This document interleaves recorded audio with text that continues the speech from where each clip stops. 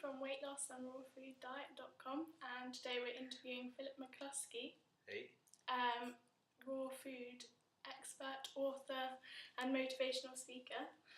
I guess we'll just get started. Let's do it. Did you find it easy to start a raw food diet? I actually did find it easy. I think overall I'm fairly extreme by nature, so I just decided that I knew it was right for me in that moment in time. It really resonated with me, and I was just ready to make the switch more than anything. So I switched from eating basically a fast food diet to 100% raw overnight. But one of the things that I think made it easy is I didn't give myself really many limits except just to stay raw. So I was eating lots of big salads and lots of fats and avocado and stuff like that, and it became more of an enjoyable experience than anything. So it was an easy transition. Okay, so did that keep you motivated, or did you have other things that helped you keep motivated? That was part of it. I think when I started to see the weight loss, that was also a definite motivating factor. You know, it was just kind of like that snowball rolling downhill, and everything just kept getting better and bigger, and I was just like, wow, I'm finally losing weight for the first time in my life. This is amazing. Like, I almost didn't need any more motivation than that. Oh, that's great. Okay, so other than the amazing weight loss, what other benefits did you feel, like health-wise? Well, definitely, I mean, just from losing the weight, there's a lot of physical benefits, like my knees felt easier to walk and go up and down stairs. Definitely sweated a lot less, because when I was much heavier, it was just kind of like always hot and not feeling so well. I felt a lot of clarity in my mind too, which was rather unexpected. But as I started to get all that processed food and stuff that really just wasn't serving me, I started to realize that I could think better and I could multitask, and life seemed to be that much more easier. But it also spread into every area of my life, with relationships and spirituality and connecting with people and feeling comfortable about myself. That was probably the biggest change, even more than losing 15 stones. Okay, so how long after starting the raw food diet did you start to feel these changes? I think I started to get really, really excited after about 3 months. Definitely started noticing changes right away, clothes just fitting better. But some of the real changes, I think probably not until after maybe a year and a half, where I started to notice. I mean, I think I noticed that I was definitely quicker with my mind, but when I started to notice like the changes in spirituality, the changes in relationships, probably between the 1 year mark into a year and a half. Okay, great. What's your favourite raw meal?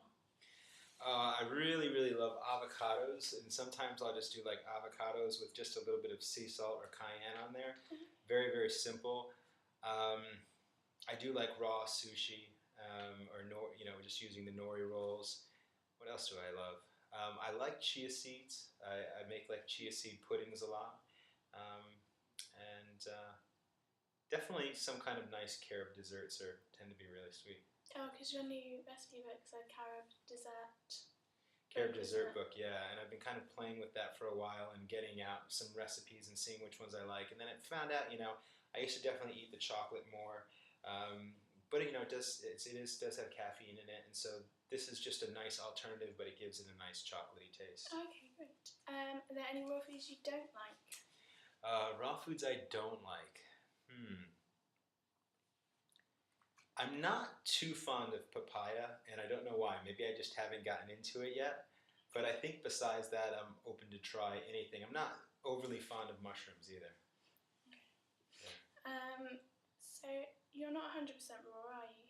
I'm not anymore. I was for about 4.5 years. From the day I switched, I ate raw straight exclusively, but recently I've just been playing with the idea of having some cooked vegetables or some very light grains, just like quinoa or something along those lines.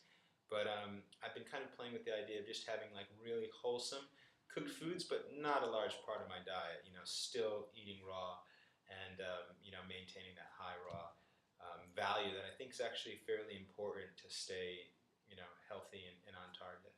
And also green juices too are nice as well. But how do you manage when you're eating out at restaurants that aren't raw, or when you're eating around a friend's house who's not raw? Yeah.